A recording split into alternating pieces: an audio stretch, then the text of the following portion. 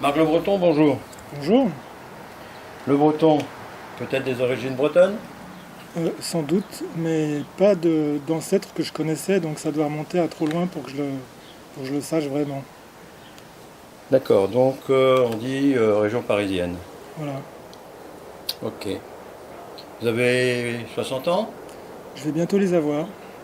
D'accord, vous travaillez dans une direction du ministère des Finances. Oui, à la direction générale des entreprises, oui. Comment vous est venue l'idée d'écrire? En fait, c'est un vieux rêve que j'avais depuis l'enfance. Euh, un rêve que j'avais jamais concrétisé. Et il y a 4 ans, j'ai un ami québécois qui était à Paris et qui me dit, tu sais ce que je fais demain? Je vais voir un éditeur, enfin voilà. Et puis quelques mois plus tard, il m'a envoyé son premier roman. Je l'ai lu et quand je l'ai terminé, je me suis dit si lui il peut le faire, moi je peux le faire aussi. Et du coup, je me suis lancé dans l'aventure. Et je me demande si vous ne me faites pas des petites cachotteries parce que mon petit doigt m'avait dit à un moment que vous aviez eu des velléités d'écrire bien avant. Alors effectivement, vers la trentaine, j'avais commencé à écrire quelque chose. J'avais écrit les 2 premiers chapitres, j'avais bien défini mes personnages. C'était sur un sujet qui était totalement différent. Et puis finalement, Euh, j'ai fait un autre choix, c'est celui de une reconversion professionnelle. Je me suis lancé dans des cours du soir pendant 5 années. Et du coup, j'ai perdu de vue ce projet-là. D'accord, donc vous aviez quand même cette envie d'écrire. Oui, j'aurais parlé de velléité, c'est-à-dire Voilà. j'ai toujours eu cette envie, mais j'étais jamais passé à l'acte juste avant la soixantaine finalement. D'accord. Et quelles sont vos lectures? Vous êtes un gros lecteur ou... Alors, j'ai été un gros lecteur quand j'étais jeune. J'ai lu, enfin, je lisais beaucoup quand j'étais très jeune, je lisais beaucoup d'aventures, de science-fiction. Après, j'ai fait des lectures classiques. Mais quand je me suis lancé dans mon projet de reconversion professionnelle, ça m'a demandé beaucoup d'efforts. Et le principal sacrifice que j'ai fait, c'était la télévision et la lecture. Donc, pendant un certain nombre d'années, j'ai plus beaucoup lu. Ensuite, après coup, je me suis remis à lire et je me suis tourné beaucoup vers les biographies historiques. Donc, pour citer un exemple, par exemple, j'ai beaucoup aimé le livre de Serge Lancel sur Hannibal, mais j'ai lu des biographies sur Richelieu, sur Winston Churchill, enfin, sur un certain nombre de personnages historiques, sur Napoléon, enfin, voilà. Et c'était un peu ça le... Mais pas un gros lecteur de polar. Non, pas du tout. Alors maintenant, la question qu'on se pose, donc vous avez un métier qui doit être assez prenant. Est-ce qu'il est facile d'allier un travail de cadre supérieur dans l'administration et d'écrivain?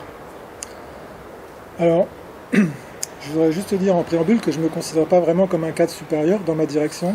Le cadre supérieur, c'est un administrateur civil. Moi, je suis attaché hors classe, donc c'est juste le niveau en dessous. Et puis, écrivain, à mon sens, on est écrivain quand on a écrit au moins 3 ouvrages littéraires. Et moi, j'en suis à mon premier, donc je ne me qualifierais pas d'écrivain à ce stade. Après, la question que vous posez, elle mérite quand même d'être posée. Elle est intéressante parce que Merci. malgré tout, voilà, écrire un roman, c'est un gros engagement. Ça m'a demandé beaucoup d'énergie. Et donc, j'étais sur un poste depuis un certain temps. Et j'ai effectivement pris la décision de ne pas en changer pour, pour, euh, pour rester dans une forme de confort intellectuel qui m'a permis de libérer mon énergie sur l'écriture du roman. Et l'écriture du roman, c'était quelque chose que je faisais le soir en rentrant après mon travail. Mais ça mobilisait entre minimum 1 heure, 2 heures par soirée. Et j'ai fait ça presque tous les soirs pendant 3 ans et demi. Donc tous les soirs, 1 heure ou 2 après le travail. Oui, sans compter une partie de mes week-ends, sans compter une partie des vacances. Donc en fait, voilà, ça s'est fait sur 3 ans et demi, 4 ans. Et donc bien sûr dans ce temps, on compte bien sûr le temps de l'écriture elle-même, mais le temps des recherches, documentaires, des C'est ça, de construction de l'énigme, etc. quoi. tout à fait, oui. Qu'est-ce qui a pris le plus de temps de poser l'énigme, de faire des recherches des recherches techniques, puisque on verra que votre ouvrage, ça nous rajoute un peu de science-fiction. Donc il y a des choses, vous avez dû chercher, j'imagine, des points précis, techniques, pour ne pas écrire trop de bêtises, ou est-ce que c'est le temps de l'écriture elle-même qui est le plus long? Alors, je dirais que la façon dont j'ai procédé, elle montre que j'avais une certaine inexpérience dans la matière, puisque je sais qu'il y a des gens qui font des recherches avant de se lancer dans l'écriture. Moi, j'ai fait des recherches à mesure que j'avançais dans mon écriture déjà. Et ensuite, ce qui montre que je n'avais pas d'expérience, c'est le fait que j'ai créé une espèce d'ossature au départ, mais j'ai pas suffisamment pris de temps de le faire. J'ai pas suffisamment caractérisé mes personnages. Et donc, une fois que je me suis retrouvé en phase d'écriture, effectivement, des fois, ça m'est arrivé de buter sur des difficultés qui auraient normalement dû être levées si j'avais davantage préparé ces choses. Voilà. Mais je pense que c'est l'écriture, on peut dire que c'est l'écriture qui m'a pris le plus de temps. Après, la façon dont j'ai procédé, elle a évolué au cours du temps. Elle a beaucoup évolué. Je me suis davantage organisé à fur et à mesure que j'avançais. Donc là, vous venez d'achever donc ce premier roman, pardon, Un plan maudit. Alors c'est un thriller matinée de science-fiction médicale dans un monde quelque peu corrompu du lobbying. Vous travaillez au ministère des Finances. Est-ce que votre source d'inspiration vient de votre monde professionnel? Alors, ça vient en partie de mon monde professionnel, mais pas dans la carrière dans laquelle je suis actuellement. J'ai travaillé 10 ans dans l'administration pénitentiaire, et si j'ai eu des inspirations, c'est dans cet univers-là que je les ai eues. Donc finalement, je me suis projeté plutôt dans ce monde-là que dans le monde que j'occupe actuellement. Voilà. Et vous n'avez pas été confronté au monde du lobbying au sein du ministère des Finances? Non, pas au sein du ministère des Finances, c'est dans le cadre dans le cadre de mes lectures du Monde, que j'ai constaté qu'effectivement le lobbying s'exerçait puissamment sur les hommes politiques, sur le gouvernement. Et il y a un domaine en particulier où j'y étais particulièrement sensible, c'est dans celui de la protection de l'environnement, et notamment de tout ce qui se faisait en matière d'agriculture intensive. Je suis assez sensible à ce sujet-là. Et au travers de mes lectures dans la presse quotidienne nationale, j'ai pu voir qu'effectivement les lobbies de l'agrochimie s'exerçaient puissamment sur les pratiques agricoles. Voilà. Alors vous pratiquez la course à pied? Oui, tout à fait. Vous êtes un grand coureur? Alors qu'est-ce qui définirait un grand coureur? Je suis un coureur régulier, je cours 3-4 fois par semaine, et je fais une grande course par an.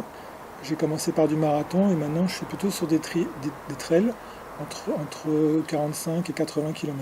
Ouais, vous êtes quand même plutôt un grand coureur. Voilà, je suis un coureur, oui. Donc des courses 3 fois par semaine, 4 fois. En plus du travail et en plus de l'écriture. Oui, c'est vrai. Oui. Des bonnes journées. Oui. Donc, vous êtes un grand coureur.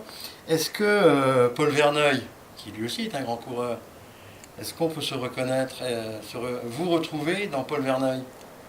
Alors en fait, vous pouvez retrouver des petites choses de moi dans Paul Verneuil, évidemment, mais j'ai pas souhaité en faire un personnage à mon image. Donc en fait, vous allez trouver de moi un petit peu, finalement, dans l'ensemble des personnages, dans toute l'intrigue et tout. Pas plus que ça dans Paul Verneuil. Je vais prendre un exemple. Lui, il a une histoire difficile et il n'arrive pas à avoir d'enfants. Et dans mon cas, moi j'ai 3 enfants et je suis très heureux de les avoir eus. Donc ça montre la limite d'une projection qu'on voudrait faire sur ce personnage. Vous avez une bonne mémoire? Alors justement ça, en revanche, c'était le point de départ de mon histoire. Et c'est un vrai souci que je considère que je n'ai pas une très bonne mémoire. Et c'est vrai que c'est le point de départ de mon histoire. Donc de ce point de vue-là, si. Effectivement. Vous seriez prêt à vous faire greffer une puce encyclopédique dans le cerveau? Alors justement, c'est la différence avec mon personnage, c'est que lui, il l'a fait. Personnellement, vu les difficultés que ça engendre, j'aurais plutôt eu certaines réserves. Voilà. C'est la différence entre lui et moi. Alors donc votre livre a été terminé fin d'année, c'est ça? Oui, en décembre 2019. Vous l'avez mis en téléchargement sur une plateforme monbestseller.com. Oui. Alors pourquoi ce choix? Alors c'est pas un choix que j'ai fait spontanément. Quand on a passé beaucoup de temps à écrire, on rêve que d'une chose, c'est de trouver un éditeur et puis de retrouver son roman dans les librairies et puis de le voir se vendre. Et donc on ne pense pas spontanément à mettre ce roman sur une plateforme qui permet un accès libre. Mais cette idée m'a été suggérée par quelqu'un qui travaille dans le monde de l'édition. Et finalement, j'ai décidé de suivre cette suggestion, je l'ai fait. Et aujourd'hui, je suis très heureux de l'avoir fait. Ça marche bien? Parce que sur 3700 livres qui sont sur cette plateforme, aujourd'hui, je suis classé 5e. Oui. Et ça, c'est un premier point. Et le deuxième point, c'est que les gens, ils ont la possibilité de faire des commentaires sur cette lecture et ils ont la possibilité de nous noter, nous évaluer. Et il y a un système d'étoiles, ils peuvent mettre entre 1 et 5 étoiles. Et du coup, ils font un retour sur ce livre. Et aujourd'hui, je dois avoir 26 ou 27 retours. Et donc, ça apporte un éclairage qui est très intéressant de personnes qui ne sont pas forcément liées à moi. Il y en a une partie, oui, sans doute, qui me connaissent, mais d'autres qui ne me connaissent pas du tout et qui se prononcent librement sur ce roman. Et le dernier point pour lequel ça peut être intéressant, c'est qu'un éditeur, s'il a l'information comme quoi je suis sur la plateforme monbestseller.com, il sera intéressé de savoir si ce roman, finalement, il emporte l'adhésion, s'il entraîne le lecteur dans le plaisir ou pas, enfin, je veux dire, et finalement, s'il a un certain succès. Donc, votre roman Un plan maudit est sur la plateforme bestseller.com, donc ça marche bien, vous êtes 5e. J'imagine que vous avez envie de donner une autre vie à votre roman.